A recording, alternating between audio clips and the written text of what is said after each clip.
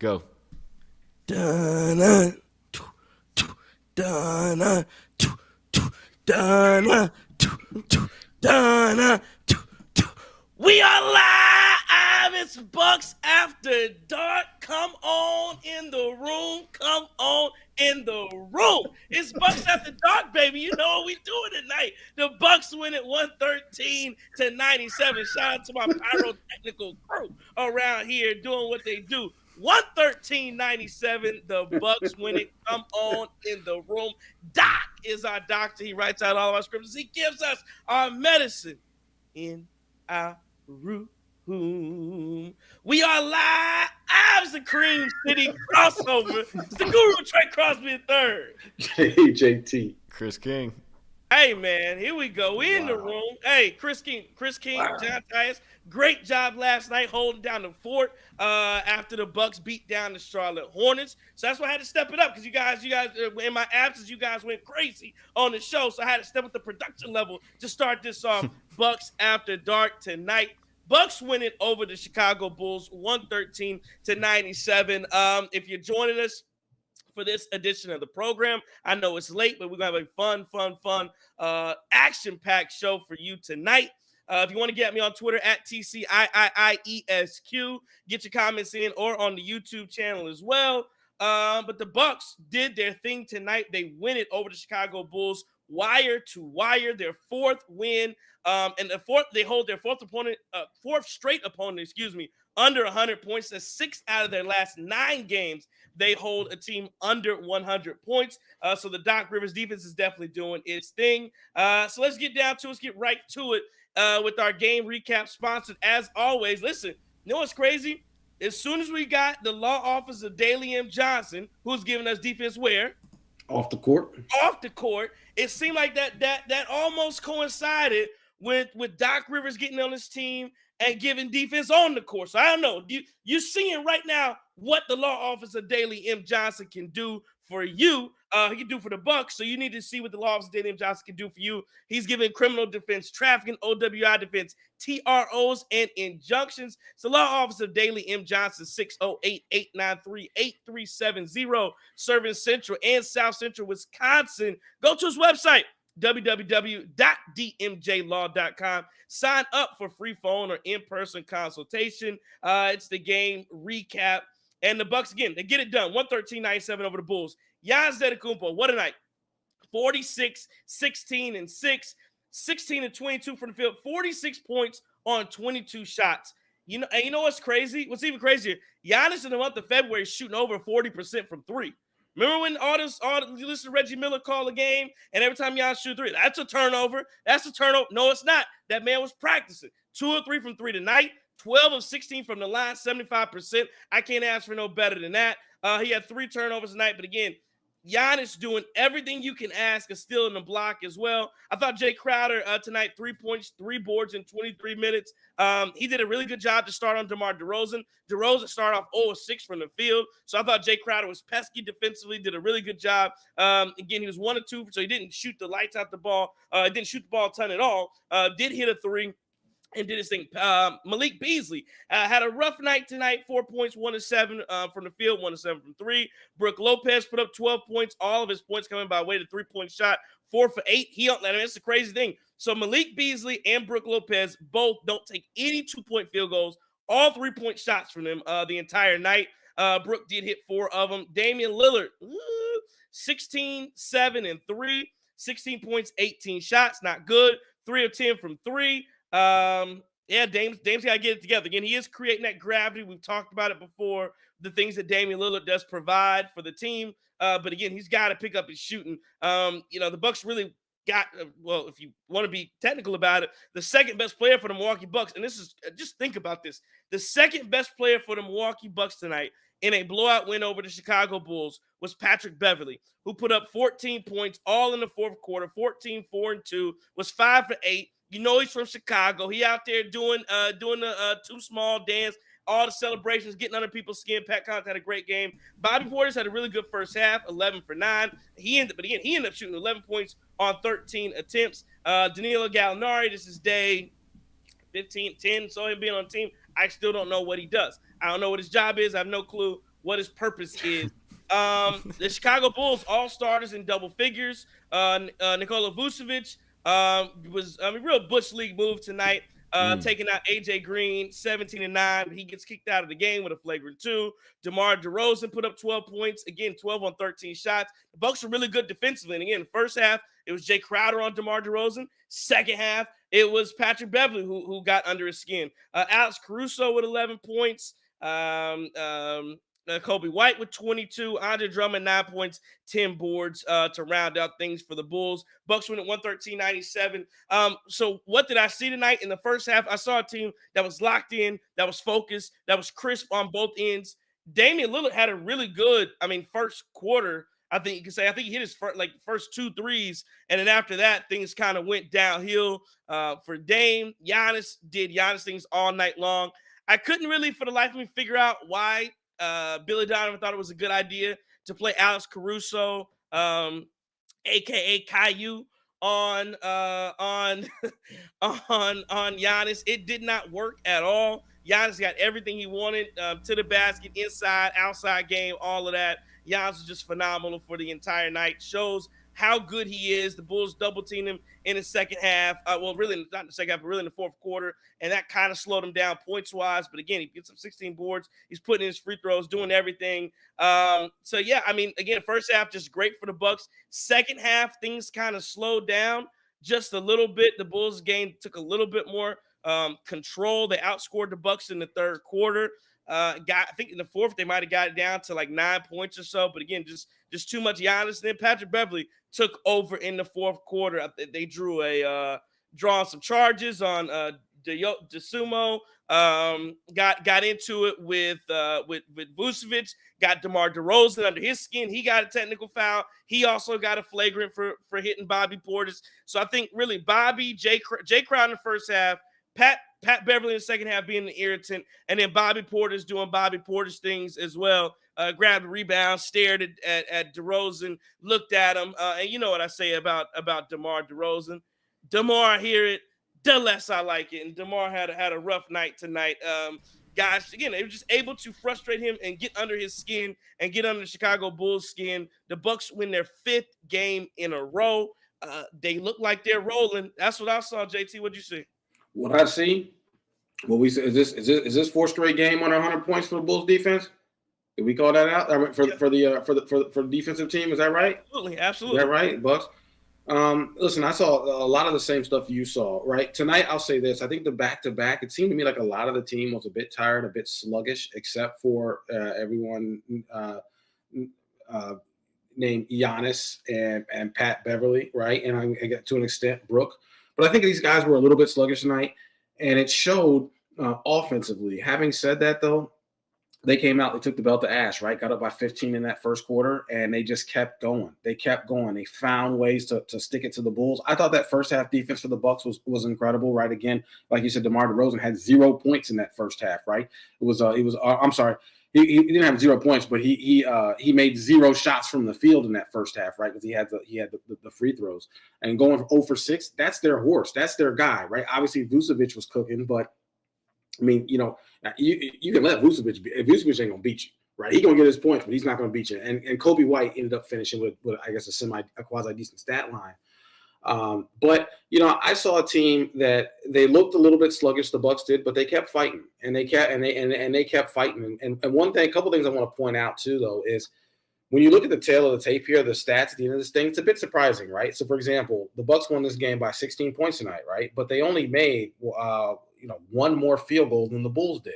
Bucks were 37 for 86. The Bulls were 36 for 86, right? So they both took the same amount of shots from the field.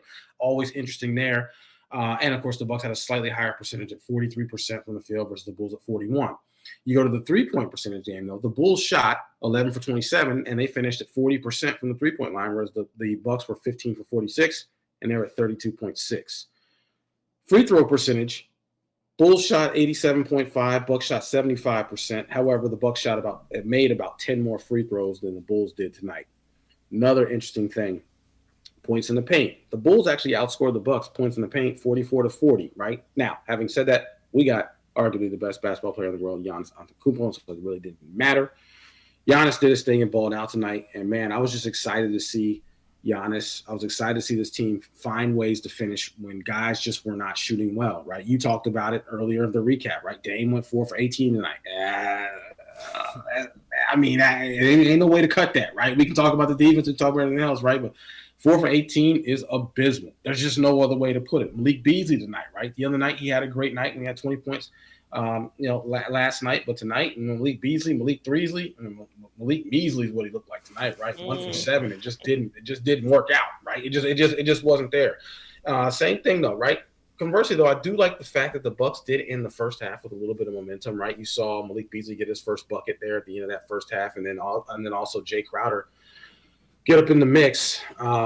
Bobby Portis, again, right? Like you said, he's 4 for 13 tonight. We love Bobby when Bobby's getting buckets. Tonight was a bit rough. But again, I'm not going to go ahead and put too much weight into this. This is a back-to-back. Guys are tired. Hey, you got to take the pretty with the gritty, like I always say on the show. And I'll take a 16-point win over the Chicago Bulls team any day. 100%. I also think that there's something to be said about how the first half of the season we weren't really getting a consistent look from our bench. There was a lot of question marks, but now it feels like this team is finally deep enough. And I think that this team is deep enough to make a run. You talk about Pat didn't have it tonight. Okay, Doc showed the trust. He gave A.J. Green minutes in the fourth quarter. A.J. Green did well, 7 points, and he definitely has to play. I think that he can come up huge in certain points. And then I also think that when you look at the bench, Pat Bev has just done a ton for this team. I said it last night. It's just a lot better having a guy out there that's not shot hunting like a campaign, a guy that really puts the team first, a guy that likes to create offensively, and a guy who what I think has been the most impressive about Pat Beverly is his rebounding. He's scrappy, offensive rebounds, defensive rebounds, pushing in transition, anchoring the defense, anchoring the offense. I think he was great tonight. Getting chippy too at the end. One of the funnier things that I saw from Pat Bev, he was telling Billy Donovan and the Chicago Bulls to help one of their guys up that was on the ground and stuff like that. So like Pat Bev, he's a character, but I do think that's what this team needed. I tweeted earlier, I said that he's the dog that they needed, and I think he showed it tonight, and he can really come up big in the future. So my main takeaway is just how deep this team can actually be if they're just playing consistently. Pat Bev, 100% a dog. Just going back off what you said, Chris. I thought, that fourth quarter, and again, you don't usually see it with Pat Bev scoring the basketball, but when he's doing that, it's just his added addition to his game. Had the 3-ball rolling, was 2 of 5 from 3, but again, got into the lane, and he got to the free throw line. He had a little floater going, a little turnaround. It just was not afraid. Does all of the little things as well.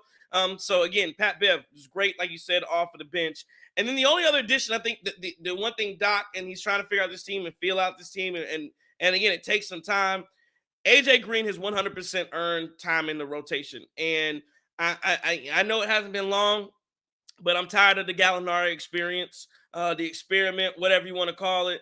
He's cooked. He ain't got it. And sometimes I told you, John, I told you a story about me playing baseball, and the manager coach came out and said, "Hey, son, I was pitching. I didn't pitch, but I pitched that game." He said, "Hey, son, you ain't got it. Just give me the ball. You ain't got it." Listen. And so, for the last, it's been a couple weeks, whatever. Danilo Gallinari, you ain't got it. And AJ Green came in the game because Gallinari played the first half. I'm not sure if he played the second half at all. But then AJ Green got in the game and immediately provided an impact with an assist. And he hit a couple threes. No, he hit at least 1 3. He hit a three ball. Then he gets into the paint and gets Vucevic to throw a haymaker at him. And he's playing defense. He's doing other things. Gallinari just cannot do it. He's not good enough right now. I know people say, well, you got to give him some time. Listen, send him down to the herd. Let him play with them boys. I don't know what you got to do. I don't have time to watch Gallinari do whatever the hell he's doing. But again, I did appreciate, like you said, talk about the bench. I appreciate what Pat Bev gave. I thought and again, we say this stuff, and guys that have bad games or bad shooting nights, like Bobby didn't shoot well tonight, right? 1 of 5 from 3, 4 of 13. But I thought he did some little things really well, like 2 steals, 1 block, moving his feet, just being in position, like. And that's sort of what, we'll talk about Dame too, but sort of the issues that you see when guys are having bad nights. you've got to be able to do the other things. And I've talked about the story that Sam Mitchell has told before. And it's, if he had a coach that came to him and said, hey, if you're not shooting well, if you're not playing offense well, do I need to take you out of the game? Because just because you're having a bad offensive night, the point is you've got to do the other things.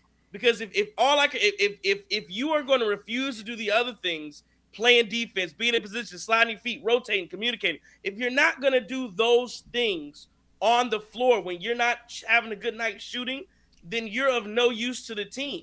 So on bad shooting nights, you still have to play the right way.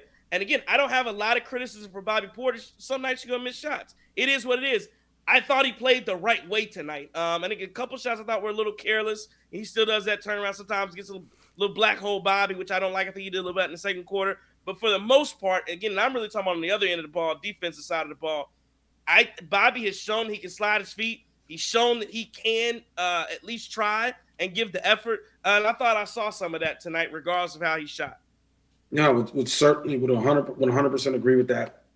I would definitely agree with that. And this is a far cry though, right? Because we used to say if Bobby wasn't getting buckets, he couldn't really. There was nothing there, right? There just was nothing there. But you see Bobby have contributions on defense, right? You're seeing Bobby do, like you said, the little things right here. And quite honestly, I'm not sure we've consistently seen Bobby do the little things right like this defensively for a stretch of games the way he has. And keep in mind, Bobby has been shooting I think somewhere close to 50% from the field in 5 or 6 out of the last 8 games.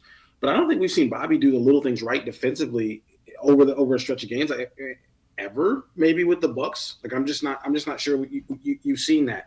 And I like that though, because we talk about Bobby being unplayable in the playoffs. But if you keep seeing stuff like this come from Bobby, I'm thinking that he may earn himself some burn if even if he's not having a great shooting night. Second thing I want to say though is, listen, man, that mess that Vucevic pulled on AJ Green, that was foul. That was foul, and I certainly hope the Bucks pay that back the next time that the Bucks and Bulls play. I don't know if they're done playing this year, if there's one game left between the two squads, but that was foul what Vucevic did to AJ Green. And I completely agree with you. Gallinari is toast. Listen, they're grand opening, grand closing. This thing is done. Just retire. Just go. Why torment everybody by continuing to play and look like a shell of yourself, right? Plus, Chris Middleton's coming back. That's the other thing. Chris Middleton's coming back, right? So there's no way in hell that you're going to have Chris Middleton and you're going to give Gallinari minutes, even with Chris Middleton back in the lineup. And Pat Connaughton frequently doesn't have it, even though he's played a little bit better recently. Patrick does have it, right? There's a difference. We got Pat. Can't call him Black Pat, right? I guess we call him Black Pat if we want to. Whatever you want. I mean, because there's 2 Pats on the team, right? It's 2 Pats on the team, so we call him Black Pat. But Patrick Beverly has got it. Patrick Connaughton frequently does not. But listen, I think you 100% have to find ways to get Derry Bird, get AJ Green on that court. Like you just come on, man. Like he is one of your best 3-point shooters on this team statistically. And so you definitely want Doc to keep giving him love. And man, listen, right? Even if it's only 10 minutes, give him his 10 minutes. Man, put some respect on that man's name. And I do hope that when Chris Middleton, I think the hope is going to be when Chris Middleton gets back into the lineup, you do lose somebody. I mean, obviously somebody's going to lose some time. I mean, that 8-9 minutes that Gallinari is getting, I'm hoping that time comes from him. I mean, reclaiming his time is what he's doing. Reclaiming his time. Before we get into the chippiness of the game, I did want to talk for a second about Damian Lillard and the night that he had. 16 points, 7 assists, 4 of 18 from the field, 3 of 10 from 3, was 5 of 5 from the line. So he shoots a tour date. I guess I want to get your thoughts. So somebody in the comment, I can't remember. I scroll up here. Somebody said that they weren't setting screens high enough for Dame tonight. King of Kings says still waiting on Dame time. I saw somebody say that they didn't set screens. No, John Hass says they stopped setting picks for Dame. He's not as good in isolation. And I saw somebody else. I saw somebody else talking about Dame and saying, and again they were talking about, well, can't be mad at him shooting. How do you play like this off of blitzes and all of the attention that he gets? And again, I'm not denying that. I do think he provides a lot of attention off of Giannis because of we talk about Giannis' gravity, why Beasley gets a lot of open threes, why players get open threes. Giannis benefits as well from Damian Lillard and how teams defend him. But I mean, I guess I didn't watch, especially in the end in Portland with how Dame was being played. Like with the teammates that he had, isn't that what was happening in Portland? Maybe I'm wrong. Maybe I just haven't watched enough Damian Lillard film. But I would think with the teammates he had, Dame Lillard was like the guy. Why were they not blitzing him then? Why were they not? So if that was happening back when they were in Portland, why is he not able to play in isolation? I'm not understanding why he's not able to score at the rate that he should be able to in isolation. But again, it's not just the scoring in isolation and one-on-one and how teams are trapping and blitzing him. We've talked about before, if he just made the open ones, he had at least 3 open looks tonight from 3 that he just flat out missed off of passes that just came to him. Again, the first 2 he hit seemed like they were tougher shots. And I think he shoots the ball. It seems like I'm not sure if this bears out, but it looks like he shoots better when he's contested anyway versus open shots. I don't know why, but is it that? I mean, I guess I'm just asking, like, isn't that what he was seeing before?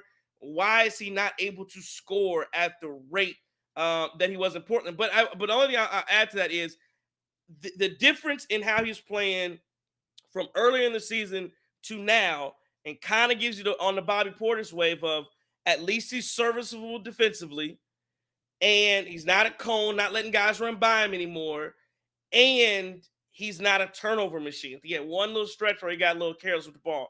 But if you can get by if you're gonna be able to slide your feet, get your poke around there, get a steal, get a deflection, whatever you have to do.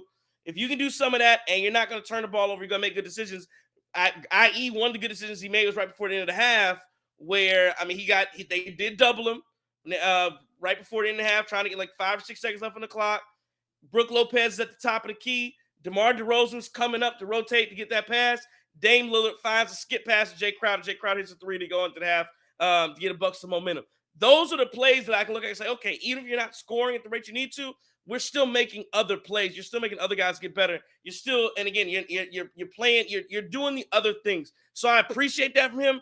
But again, in the playoffs, like we talked about, he's gonna have to be able to score the basketball. You can't do these tour date nights in the playoffs against good teams. Because I watched that Boston game. I watched a lot of that Boston-Dallas game before. And Dallas, I promise, I know a lot of people like to hate on Jason Kidd. Dallas did not play bad. Dallas did not play bad at all. Luka Doncic was balling his ass off. Kyrie was playing decent. PJ Washington was hitting threes. Dallas did not play bad, and they got blown out. That is the difference with Boston. In a split second, they can go on a 12-0 run, and it's over. You can't recover. So you cannot have those lapses that Damian Lillard has. But give me your thoughts on what Damian Lillard has to do. Why is this happening to Dame often where he just can't shoot the ball at the rate that he needs to? Go ahead, ZZ. I mean, look, I think that one of the things, and they talked about this during the broadcast, right? They talked about Dame and his lack of aggression, and Doc talking about how he needs to touch the ball more, how he needs to get more looks, more opportunities as well.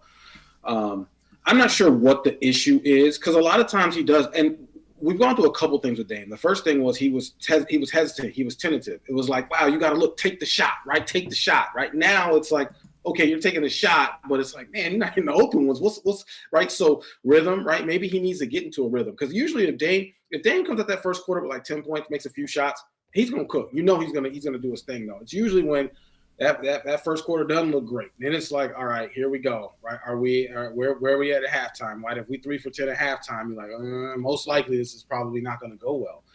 One thing I will say though is they talked about this during the broadcast too.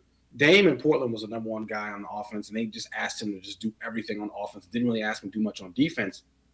Dame's still adjusting to being a number 2 option, right? Or I guess the 1A, 1B option as well. So he can do more, which is allowing him to contribute. I think that's definitely laudable, because we originally thought him and Beasley on the court, we said, man, we're in trouble, right? Remember when all those guys were having career days on Dame was guarding all those point guards, and they were having career days, and we were saying, wow. And now you're seeing that shift a bit. And like you talked about, he's doing the little things where he's still helping this team, even when he's not hitting shots. Now, I agree with you, except for the difference I'm going to say is I still feel like if Dame can take over games in that fourth, right? Even when he's having bad shooting nights, if you're shooting terribly, right, but you can still tap that watch and have that light come on in the fourth, we're gonna be all right, right? Provided that we're close. Now, I agree with you with Boston. Boston has so much horsepower that you shoot bad. You have a shooting night like you did tonight with this team collectively against Boston, and you might be in trouble because Giannis can put up 60, and it still might not help you if Boston is clicking.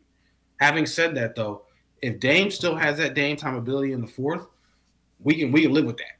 We can live with that if Dame can take over a close game in the fourth. Hit his free throws and get buckets when it counts, we're going to be all right. I do wonder if there is a difference between Dame just getting so many more open looks with this Milwaukee Bucks team. Like you said it, JT, yeah, if he doesn't start out the game well, then sometimes it doesn't go well for him. But tonight, he had 2 deep threes that went in right away, and it was like, all right, here we go. This might be a game where Dame could go for 40 or he could go for 50 or career high in a Bucks uniform, and then it just plateaued. It was just not there the rest of the night. And I wonder if he's like kind of surprised when he gets this amount of open looks just uncontested. Those 2 shots he hit to start the game were deep. They were a little bit contested. They were tougher on him. If that's what he's used to, I could see a situation where he's just not as comfortable getting wide open shots and he feels the pressure of it. So I think that maybe plays a little bit into it. Shout to Dragon X444. Hey, the super chat's open, baby. Appreciate you. Dragon X444 says, "Love your energy, guys. Bev was balling in the fourth. Patrick Beverly absolutely balling in the fourth. That was that. It was. Hey, Dame gave his watch to Pat Beverly tonight. Who was out there doing his thing. Pat tossed that watch back to the bench and said, "Give me the belt. Give me that rawhide.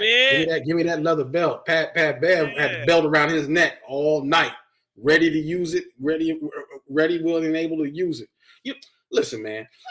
When you was bad as a kid, right? Your parents, when you knew you was gonna get spanking, you ain't never heard of nobody in your family, no parent putting that belt around their neck and just having it drape around, walking around with it. Like, man, I got this thing. I'm gonna pop this thing if you keep showing your ass. That ain't never happened to you. Maybe I was just the only one. Nobody took it around there. Nobody had it around there. Oh yeah.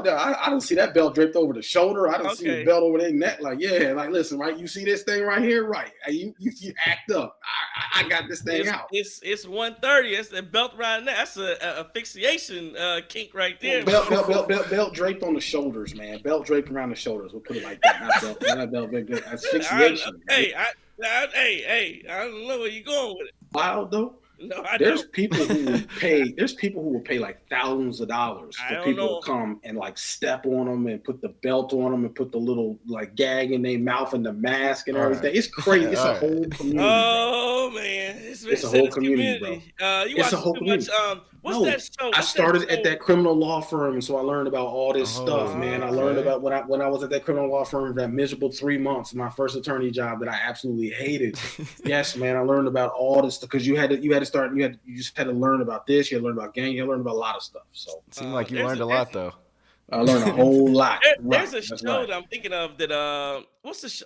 Well, I think the Bucks owner used to be on, has been on it before. That it's on Showtime. I can't remember what the show is. Someone let me know the show. The Billions. That the prosecutor there has one. Yeah, he's weird. Yeah. What's my man's name? The prosecutor. I can't. Chuck Rose. Chuck Rose. Yes, and that's Paul Giamatti. He's got like some little weird kink or whatever. Yeah. Okay. Let me transition back to Damian Lillard. It's late. So K&A family has a good point here. It says Dame had a horrible whistle tonight. Because you talked about hitting free throws down the stretch. Dame had a horrible whistle tonight. Several calls not resulting in free throws. Hard to get into a rhythm, but no excuse for missing open threes. Because Truth Matters says nobody cared about Dame in Portland. It's a different situation. John Hassel says he's missing shots. Plus, he used to get all those tech fouls. He ain't getting those calls anymore. You know what's funny? Or like it is interesting that Dame does not get the calls. And the crazy thing is, if you remember the first couple months of the season, Dame was averaging like 9 or 10 free throws a night. And Giannis was they were like for a duo, they were averaging the most free throws as a duo in the NBA. And in the month of, I believe, February, Dame is now averaging, I think, 4.5 free throws a game. Giannis is still getting to the line, of course, I think. And Giannis tonight shot, he took 16 free throws. You can't not call the fouls on Giannis.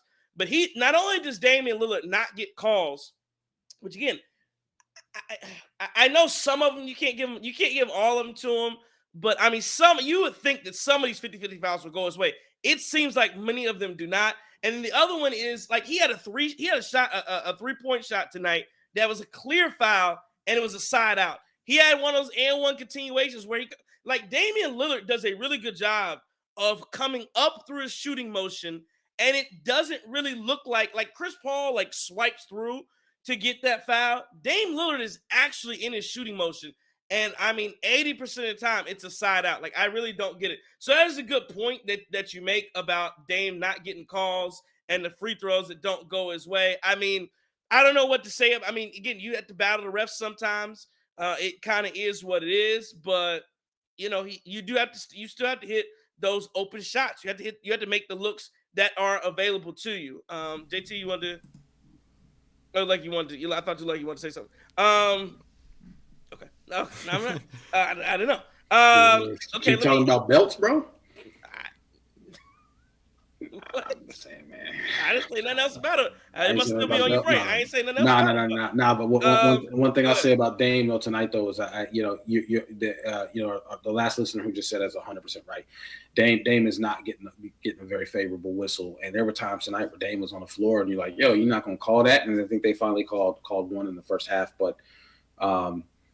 Dame, that's true. He's not a foul merchant, right? I don't think he's trying to be a foul merchant anymore. Like you said, the ticky-tack. Who's the best foul merchant of all time? Is it James Harden? I'd probably say Harden. I think SGA is there too. Embiid is a big-time foul merchant. Yeah. But I do think, honestly, I think they could have called more fouls, for Dame. So hopefully they do change this around. He gets a better whistle. Maybe Dame will get a playoff whistle, right? We can hope for that. We hope Dame gets a playoff whistle. Wouldn't bank on it. Yeah, nah, probably not. Speaking of the whistles, the game was a bit chippy tonight. We talked about it in a second. What do you think about, how Chicago, their actions, how they played? I think to me they just got frustrated. And again, the game, and here's the other thing about Dame not getting those calls. And again, sometimes it goes on the other end, sometimes it doesn't. But if the referees intentionally or subconscious for whatever reason, if they're calling a looser game, I do believe if the Bucks have that belt to ass, if the Bucks have that belt to ass mentality, right, where they're gonna beat up their opponent, where they're gonna play very physical, which I don't know they've always had. The last time I really think they were a very physical team was 2021 when they won a championship with PJ Tucker. But if that's the attitude and approach that they're gonna have to the game, well, when they're not calling those fouls on Damian Lillard, I do feel like they are kind of lax on fouls on the other end. Like I thought the game was called pretty loosely tonight. Like and so that's why I wasn't all the way upset with some of the calls that Damian Lillard didn't get, because I thought that play that happened where Vooch ended up knocking out AJ Green. It was because that on the possession prior, Bobby Portis and Vooch were bumping, bump. Vooch thought he was fouled. Vooch ended up shooting an off-balance shot, was upset, thought he was fouled, and went down. I was like, all right, bet I'm going to show you. Like Mark Jones said on the show, I'm going to show you a foul then. And they had to call. And so I think you may be able to benefit from Damian Lillard not getting those calls because the whole game may be called a little bit looser. And again, if you have that mentality of we are going to play hard on those defense, we're going to get up in you, we're going to body you, we're going to do the little things, we're going to be first to the floor, we're going to swipe down, we're not getting up free layups, we're not going to let free range to the basket. That may be a benefit to you if you're going to be the more physical team. Yeah. 100%. I think that there was a lot of factors that had Vucevic on edge, but ultimately I think that Bulls team looked like a frustrated team out there. They looked like a team that has not lived up to expectations of what they want to accomplish as a team that has a DeMar DeRozan, a guy, pretty much a full roster of a team that could make the playoffs that just hasn't played like it. And I think that it's starting to boil down and get into the regular season. And the Bucks, when a guy like Giannis is out there just torching you, I mean, they have the right to be frustrated. So I get it.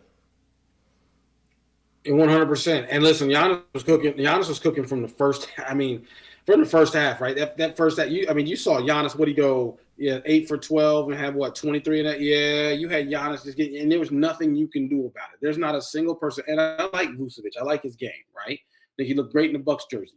But at the end of the day, there's nothing he could do. Giannis had free reign, and honestly, I think Giannis could have went for 60 tonight if he wanted to. But yeah, I mean, I would agree with that. That frustration was boiling over. It's probably indicative of their entire season at this point. But these games, guys, we have to remember these games are always chippy with Chicago. This is not the first time we've seen this thing, right? These games are always chippy with Chicago. There's always some nonsense, right? And I don't want to do the both sides thing, right? Because that's a cop-out. But this Chicago Bulls team always seems to bring out – they always just seem to come along with the nonsense. And, hey, it's what we've come to expect, right? This is a real Beltway rivalry, right? Was it the 94 battle? That's right. Yep, the 94 – yeah, 100%. That's what it is, the 94 battle. So, well, let me say this real quick. I also think that they are a team with a bunch of fake tough guys. You got a guy like Io, who is known for his defense. You got a guy like Caruso, who's known for his defense. And I think the biggest thing to take away from just the chippiness is that we got those guys who are like that now. We got the guys who are down for their teammates, who ride for their teammates, and I love it. We saw Bobby Portis getting ready to go say something to Vooch after that hard foul, and it trickles down all the way to the bench. I mean, Pat Bev off the bench, Jay Crowder when he's not starting, a guy who's like that. So that's the bigger takeaway for me is just like Chicago's got a ton of fake tough guys, but we got it like that on our side. Yeah, and again, it is giving at this point. You talk about a rivalry, but the Bucks have dominated the entire division for the last basically since 2018. It's been the Bucks division. The Bucks have dominated the Chicago Bulls. It's giving a lot of little brother energy. That's what it gives, little brother energy. That's Chicago's a little brother to the Milwaukee Bucks right now. And again, maybe that doesn't always. Brewers been better than the Cubs lately too. But I mean, sometimes you don't really. I think the Cubs have that superiority kind of feeling. The city of Chicago probably has that superiority feeling over Milwaukee. But at this point, I mean, sports-wise, Packers dominate the Bears.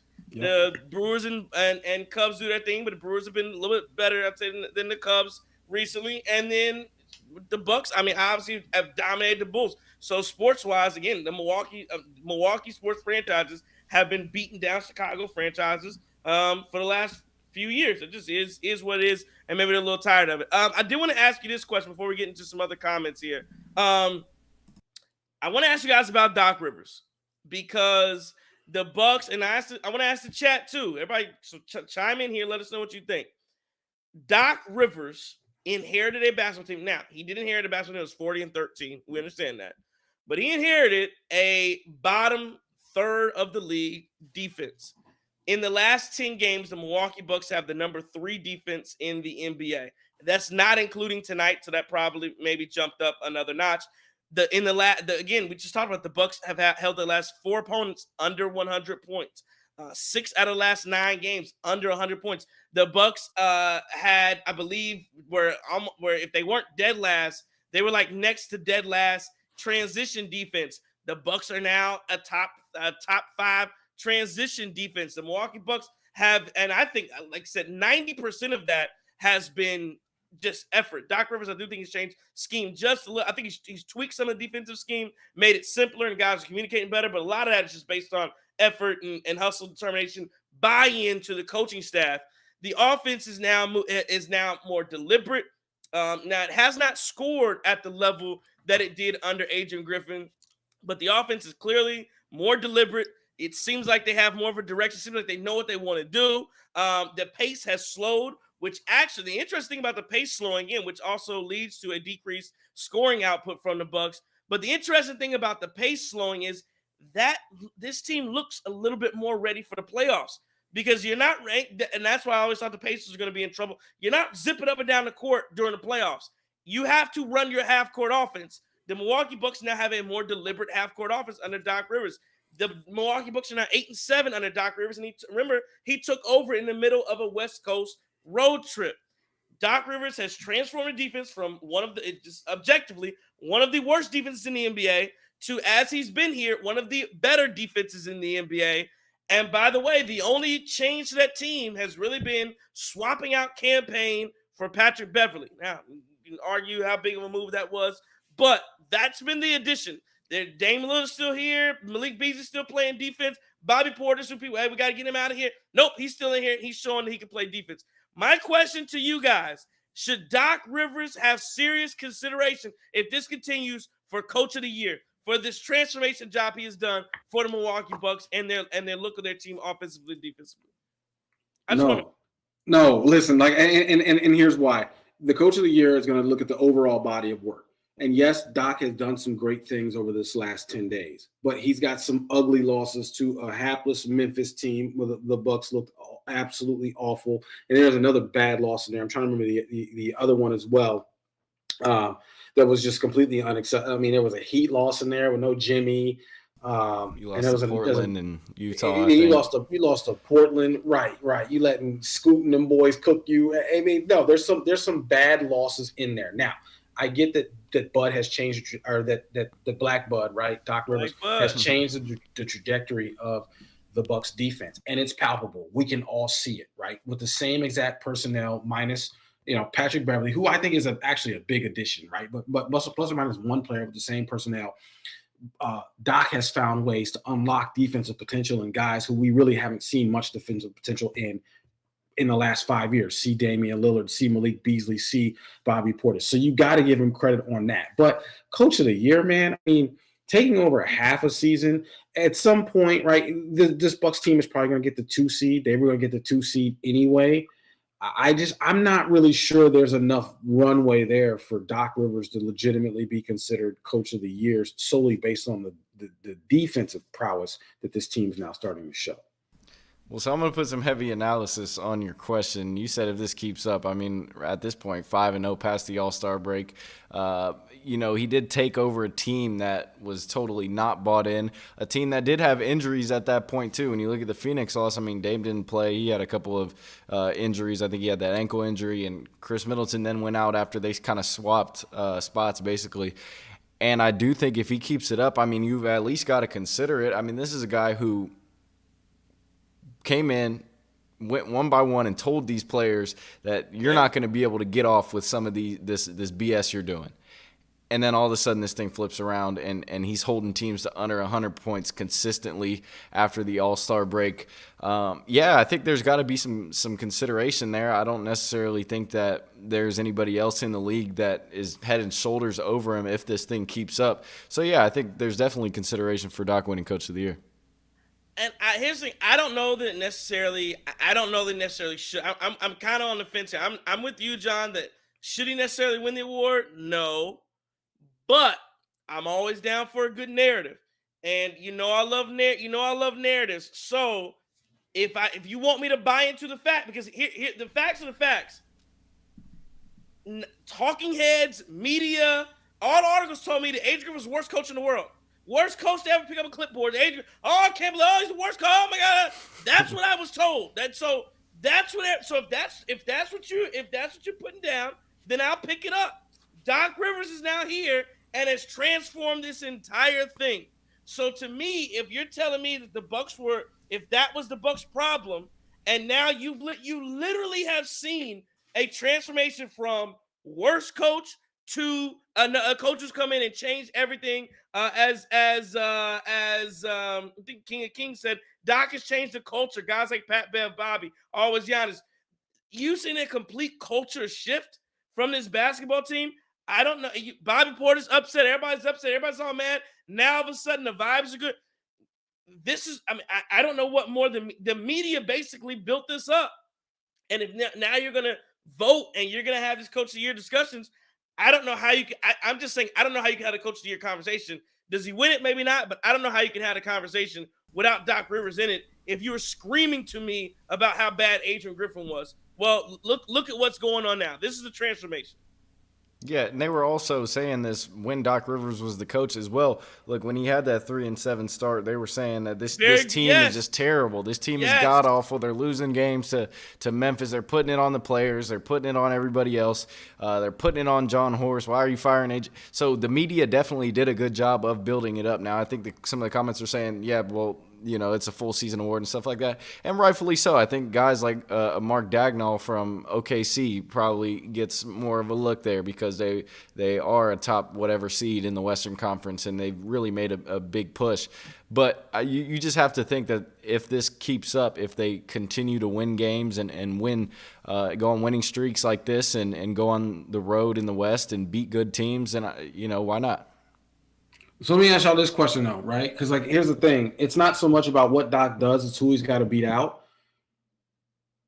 Do you think he can legitimately do enough to beat out a Joe Mazzulla for the award? Now, what has Joe Mazzulla done? Right, but listen, though, right? Now, we asked that question, but you have a national media, they love Boston now, too, right? So with the writers and everything else, do you think that if Boston keeps up at this pace, right, and Boston finishes with that 1 seed, or even – Minnesota, Chris Finch, right? They keep up with this pace and they do that. Do you think that Doc, right, taking over half a season, right? Let's say this Bucks team finishes in that 2nd seed, closes some of the gap on Boston.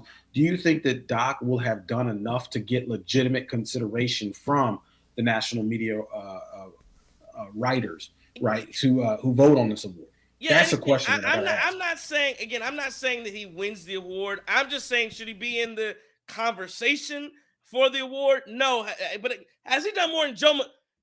I could easily make the argument he's done more than Joe Mazzulla has this year.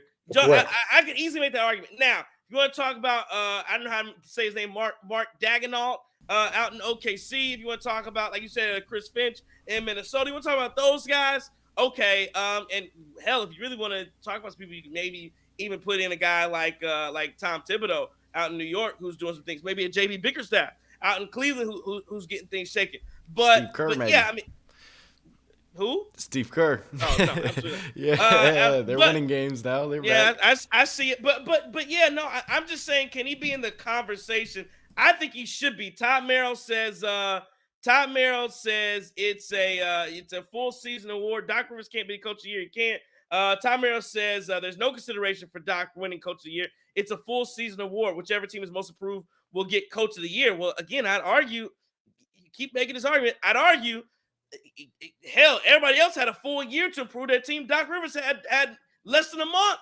He had to improve his team in 10 games. So Doc, again, this is the media creation of about Adrian Griffin. Doc Rivers has done in the span, he's 8-7 now, right? In 15 games, he has done what other teams have had an entire offseason and full season to do. So I don't know. He hasn't even had 15 practices.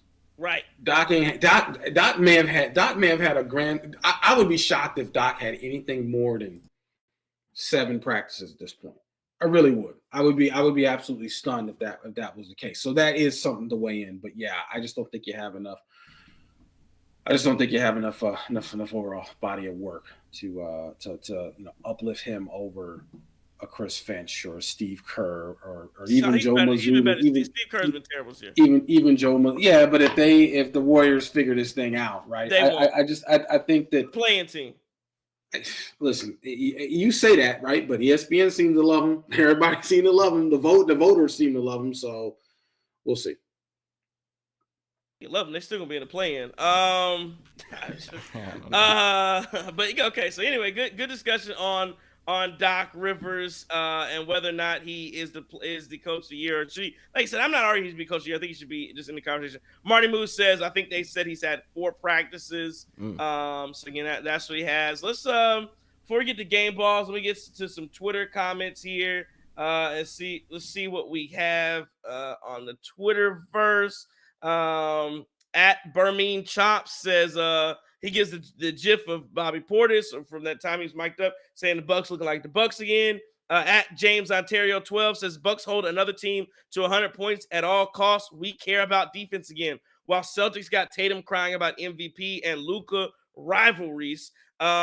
At Buckybacker09 says the Bulls are soft, fake, tough guys, and this could have easily been a 30-point blowout. Giannis was a beast, but I enjoyed the intensity on defense the most. When it got close, Bev led by example and was harassing anyone with the ball which often led to turnover or frustration fouls. And then I'll do a couple more here. At Craig RNV says huge win and the weekend off. And then last one, Mark P _ Jr. says our Bucks look like they enjoy basketball again. Giannis is clearly the MVP. Tough night for Dame, but I think it's frustration with calls. He's got to have the most waved off shooting fouls. Lastly, Gallinari is unserious. So that's that's the talk there. Let's move on to some game balls. I'll let you guys go first. Who do you give a game ball to? I know you guys are going to give it to Giannis, and rightfully so, because he deserves it, right? But to actually do something different, I'm going to give game balls to a fella coming off the bench, right? And this game ball is going to go to this guy who's come here and has literally turned around, I think, the attitude, the effort, and the intensity of this Bucks team. My game ball is going to go to Patrick Beverly tonight, right? Okay. 5 for 8 from the field. I thought, and not only that, but 5 for 8 from the field in the fourth quarter. And then also, 2 for 5 from 3, scoring 14 points. Yeah, I'm going to give this thing to Patrick Beverly, man, because I definitely love to see this offensive performance from him. And this isn't what we need him to do. What we need him to do is keep that intensity up on defense, do the dirty work, fire the guys up, be that floor general out there. And when he shows up 14, right, it's like he's doing a job we didn't even ask that man to do. He's going above and beyond, right? We're going to give him on his performance reviews. We're giving him exceeds expectations. So, yeah, I'm going with Pat Bev tonight. I'm going to go ahead and jump the gun, and I'll give it to Giannis. 46 and 16 and 6 assists. Like, this guy just never fails to amaze me. It's just great having a guy like this. Look, he has to be at some point a top 2 guy, at least the number 1 for MVP. Like, it doesn't make any sense. This is a back-to-back. He just went and played the Hornets, led scoring last night, leads in scoring tonight, rebounds the ball 16 times, gets 6 assists. He's never playing uninspired ball, and that's what I love about Giannis. I mean, this MVP, whatever they've got going on with this love affair they have with Jokic, or this feel like they owe Shai Gilgeous-Alexander an MVP, that can wait, because we're seeing greatness right now, and Giannis deserves all of it. You 100% are seeing greatness. That's a great point. But we're on a back-to-back, and Giannis doing what he does with 46, 16, and 6. I'm going to give I'm going to go a different direction. I'm going to give my game ball actually to the guys who helped Giannis get the 46, 16, and 6. I'm giving my game balls to Billy Donovan and Caillou, because again, that was just an insane decision to put that man Caruso on Giannis for half the game. 3/4 of the game, I'm watching Alex Caruso try to defend Giannis. There was no match. So again, I appreciate Alex Caruso. I appreciate Billy Donovan. You talk about Tom Merrill says there's no respect for Giannis getting the MVP conversation. Well, again, tonight was a night that the Bulls helped with that dialogue. So thank you, Chicago, for allowing Giannis to go off for 46, 16, and 6 and giving no resistance. Hey, so again, Trey, thank you. You know who comes from that Billy Donovan coaching tree is Anthony Grant, the University of Dayton men's basketball. We're not doing this. We're not doing this. We're not doing this. His seeds aren't good. Billy Donovan wasn't good tonight. It's just Hey, Billy Donovan is one of the luckiest college basketball coaches in history. I'm going to point this out, right? And here's why. That Florida team that won a national championship, and I think he had a Florida team go back-to-back, right? Yeah. Won back-to-back national championship. The reason why he's one of the luckiest basketball coaches in history is I'm pretty sure that starting 5 all came back, and that does not happen. That just does not happen, right? The bulk of that starting 5 all came back when they could have gone pro. And that never happens. So, yeah, right, you get your back-to-back titles, which you got to give him credit for doing that at the collegiate level, because that is impressive. But the reality of it is that team came back. That's the only reason why that happened. You saw what they did after that. Yeah, was that Joakim Noah? Yeah, and Al Horford, 2 guys that, they probably needed another year in college. Al Horford. Prince. Still balling. What's my man from 3? Not Mike Miller. It was Mike Miller. Mike Miller was there. Yeah. White Chocolate, I think. They had was White Chocolate Mike there? Miller. David Lee was on that team. Man. Talent. They just get talent. That's what I'm saying. Crazy. You had all these NBA first-round picks everywhere on that squad. So, And Billy Diamond got the national championship. But yeah, he's stinking it up now in the NBA. Let's get on to our look around in the NBA and sports. The Bucks, of course, get the win 113-97 over the Bulls. 76ers beat the Hornets. The Cavs beat the Pistons to remain statistically ahead of the Milwaukee Bucks, even though it's a tie in the standings. But again, both teams are, I believe, 8 games back of Boston. The Dubs get a win over the Raptors. The Celtics blew out the Mavericks. They're 138-110. The Pelicans beat the Pacers. Do you know your boy? You know how many points your boy Tyrese Halliburton put up tonight? Yeah, he did. Nothing. For Hallie. He wasted all his energy on the in-season. I told you. I was trying to tell you, the in-season tournament meant nothing. I think they're cooked. I want the Indiana Pacers. 2 things the Indiana Pacers did. Halliburton put in too much effort into the in-season tournament, doing all that mess. And then this is what happens when you chase. The Indiana Pacers blew up some of their team chasing after Pascal Siakam. And so you saw Halliburton's stat line. Pascal Siakam tonight, 12 points, 2 rebounds, 3 assists. Not good enough. He looks like a Jag at this point. He looks like a Jag. Yeah, just so went and chased them waterfalls, and now you're drowning in it. Yeah, I fear for the Pacers and what their season has become here after a really hot start. The Kings in overtime beat the Timberwolves. Trailblazers get a win over the Grizzlies, and the Clippers put up 140 tonight over the Wizards. James Harden, Kyle Kuzma had 32, but James Harden put up 28 tonight, 27 from Leonard, and 22 from Paul George. Again, that's a very dangerous team. I think Russell Westbrook did he break his hand or something? Yeah, fractured left hand. So yeah, that's tough, very tough. Well, that's good. Okay, that's sorry, Russell. I hope you heal up. But Monday, who we got on Monday. Too. We got the Clippers on Monday, so they're good. They got the Clippers on Monday. I want to ask you guys. Our look around here. I want to ask you guys about Damian Lillard's story here, talking about how his life is so lonely. I believe the article came out from Chris Mannix.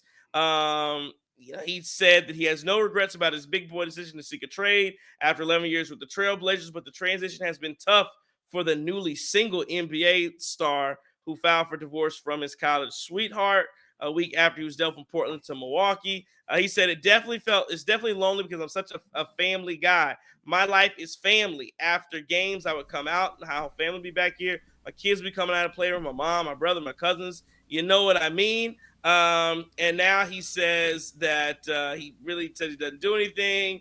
What did he? I'm trying to see where. I can't see the quote where he talked about like he's like playing video games. He sits around the house, goes to practice, and basically doesn't do anything, saying that he's boxing bored. videos on YouTube. Yeah. So I thought it was interesting. So the media, of course, ran with it.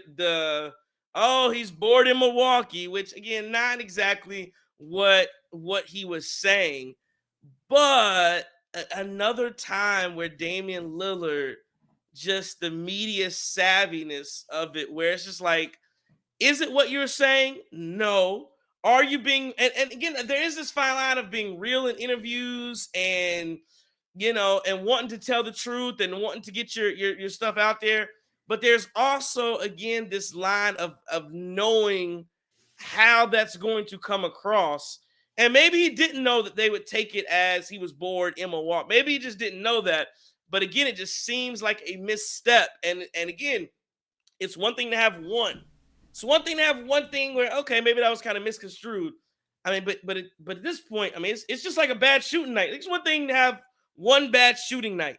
But when you pile them together and on top of each other back, then it's like, what are you doing? Like, you just had your top 5 list misconstrued as, and he's like, oh, well, that's not that big of a deal. Then you're all, just seeing you're upset. And then here where it's like, well, I'm so lonely. Like, I mean, again, I'm not saying that, that was what he was portraying. But again, when you give those answers, you give the media the momentum and you give them the ammo to come at you. And so that's what they did. And, so now it looks like, what's wrong? Does he not like Milwaukee? And again, but I'll add to it. These missteps didn't just start All-Star Weekend and beyond. These missteps started. So it just shows me the process with Damian Lillard is off because these missteps started back when he was trying to request his trade from Portland. That was a total miscalculation. I'm only going to Miami. That didn't work.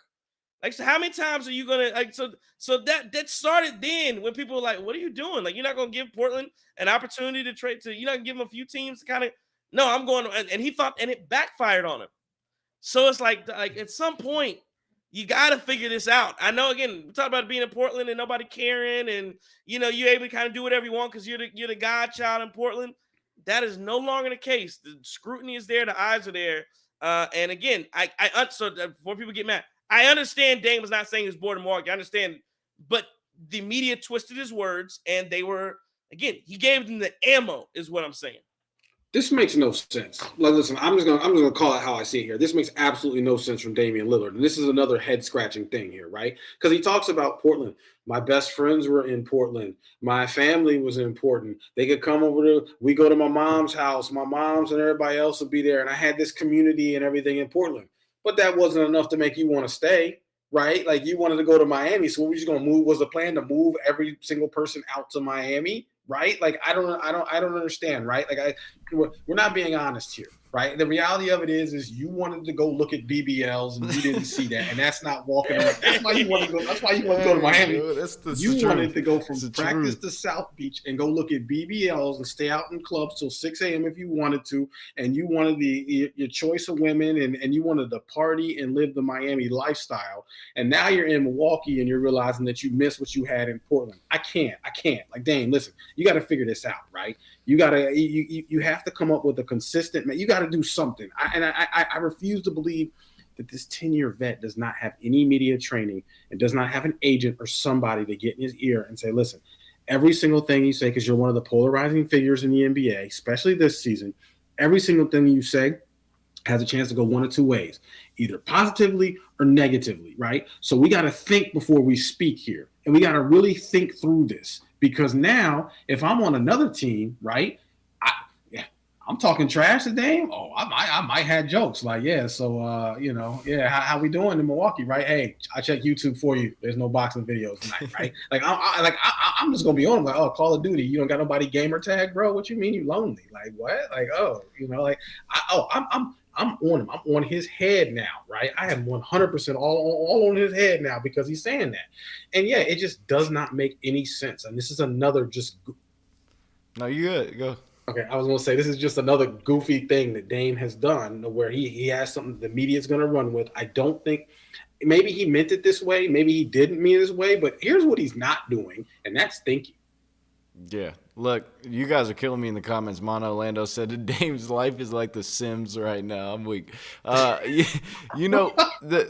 thing is about Dame, like, look, dude, suck it up. Like, we got you for a long time now at this point.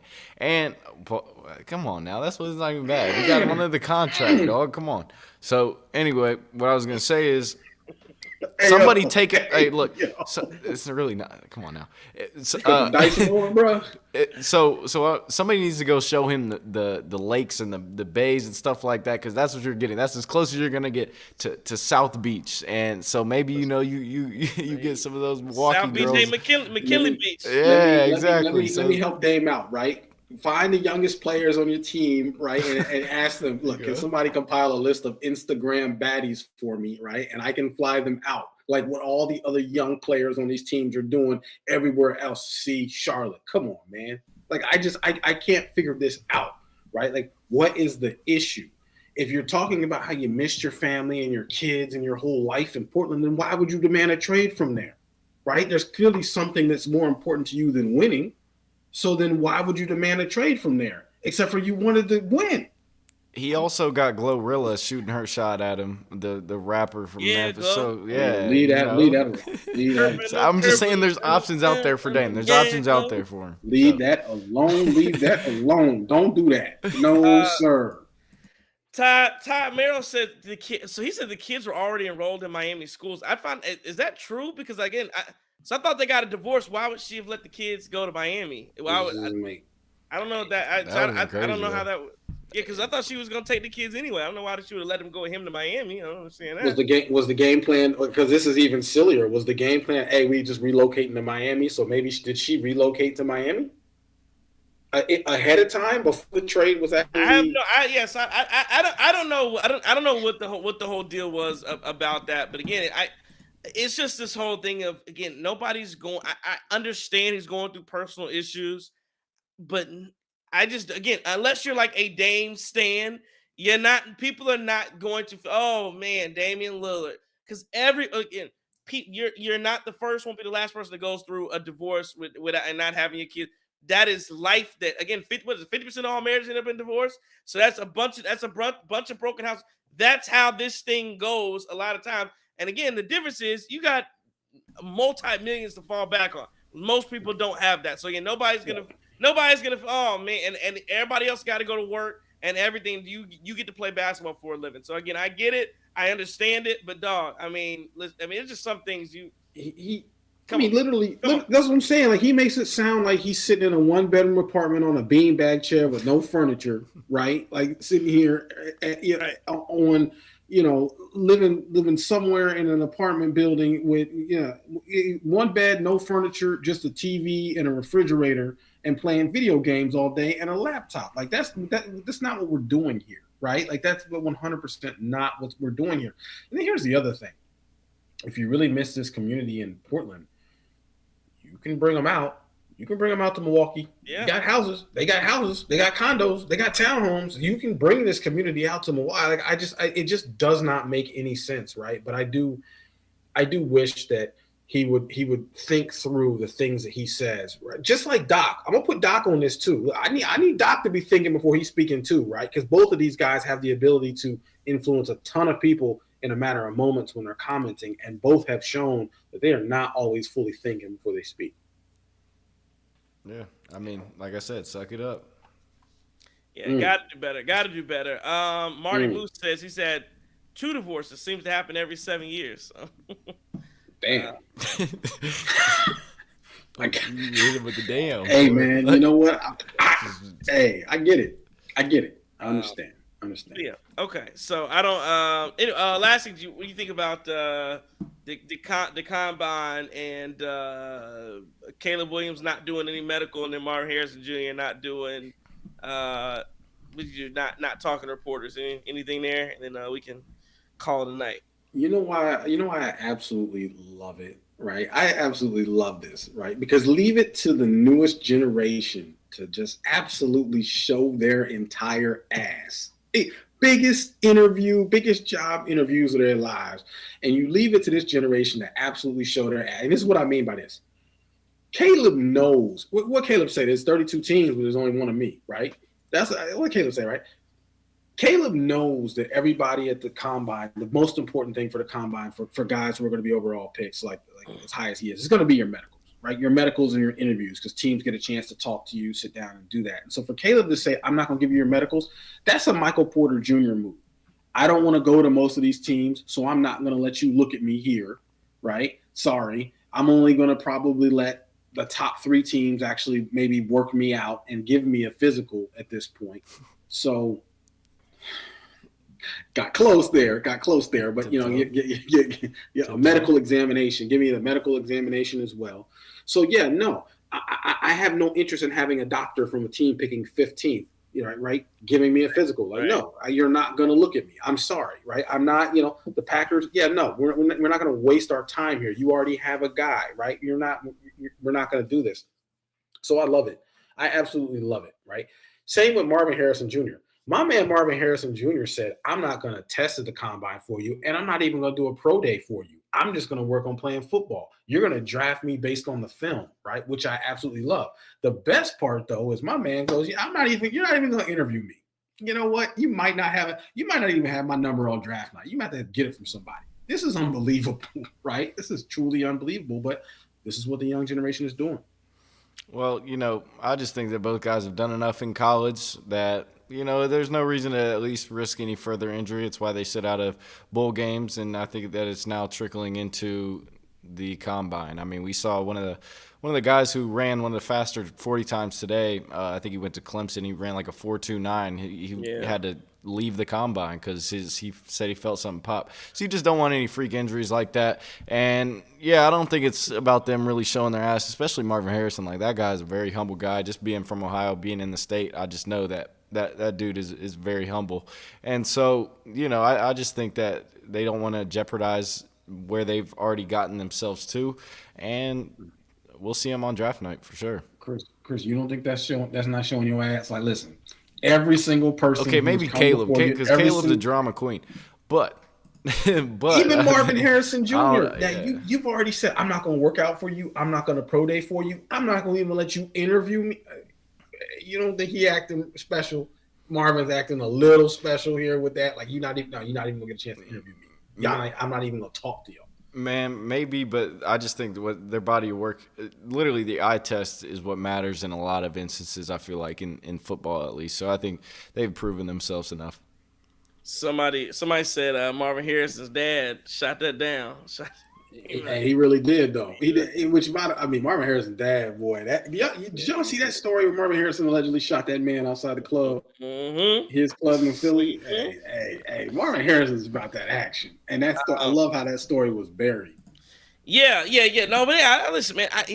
Again, the difference is, so you saw it early on. You seen people jump out of, not first it's drill years ago. There's drills. Well, I ain't got to throw. I don't got to do this. So it's just like you talk about the new generation. They're gonna take it further and further and further. And so this is the next iteration of that. And by the way, these guys got a little money in their pocket anyway, more so than even those guys before with all the NIL money. So yeah, the more money you got, you talk about the interview. I'm already sitting on a few mil. Yeah, I ain't got to do this. Somebody's gonna pick me. I'm getting picked first. It don't really matter. So yeah, I think all of that, all the above, like I said. It has started from back in the day when people stopped doing everything at the combine, and now you're just seeing. And again, it will go further and further and further until that people I ain't doing no combine. I'm not showing up there at all. But at what point is that a detriment to certain players where it's all leverage. Like it's all who has the leverage. And for some people, right, it works. Some people it won't. Do you think any of this will drop Marvin Harrison or Caleb Williams in the draft at all? Mm-mm.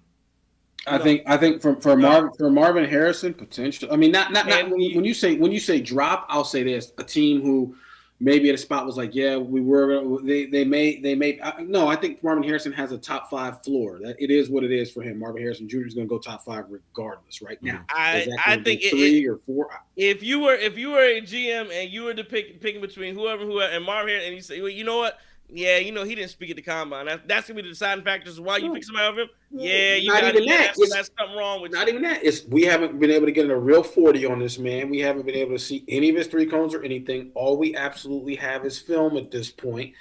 I don't know. Is he not going? I think he's going to work out for teams. No, he said he's not working out. For teams? He said I'm not doing a pro day, nor am I doing the combine. Oh, he's wild. That's what I'm saying. That's showing. I didn't know that. That's showing. He said, "I am going to." Caleb Williams is going to do medicals.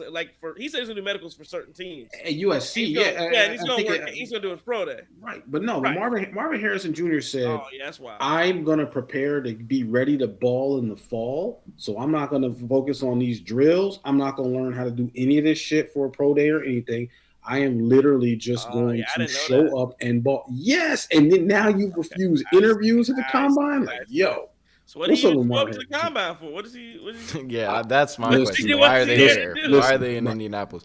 Now you see what I'm saying. Like, so y'all can look at him. He is wilding, right? Yeah, yes. I'm with you. Okay. Yeah, that one I don't get. So I'm with you there. Okay. Good stuff. Good conversation. Good stuff.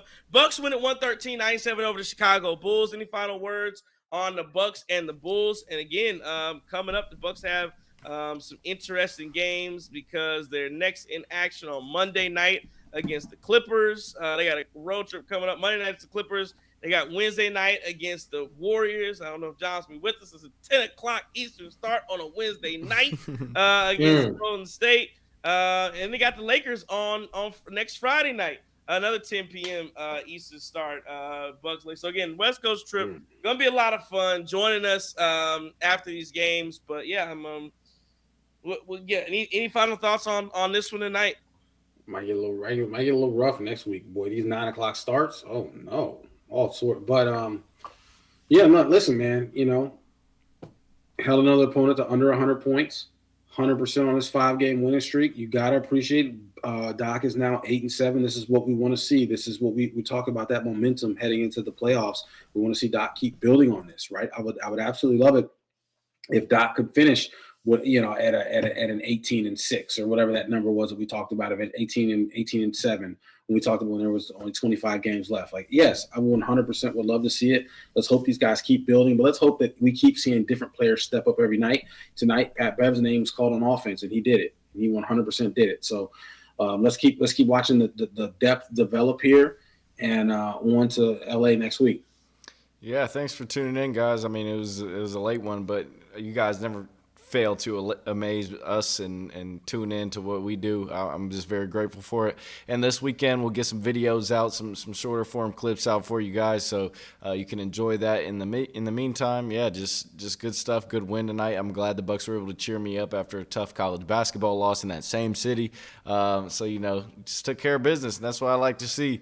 We'll keep it going. Hopefully this can be a big win streak for us. You got the Clippers on Monday, and it'll be fun. Sister Jean out there doing a thing at Loyola. With the Bucks win at 113-97. Yeah, again, we appreciate everybody for listening, tuning in, watching, however you did it, whether it's on your TV screens, on your computers, on your phones, however, man, we appreciate it all of the time.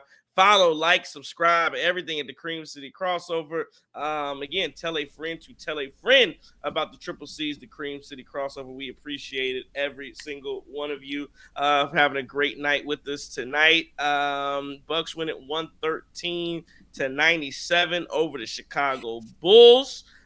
This has been a Cream City Media Group production. No on your T's and Q's tomorrow. Badgers are playing at a noon start, so no on your T's and Q's tomorrow. I think we'll do it, but we do have Bucks in 60 on Monday night, 6-7. So check us out there on 97.3 The Game and 1070 The Game out in Madison.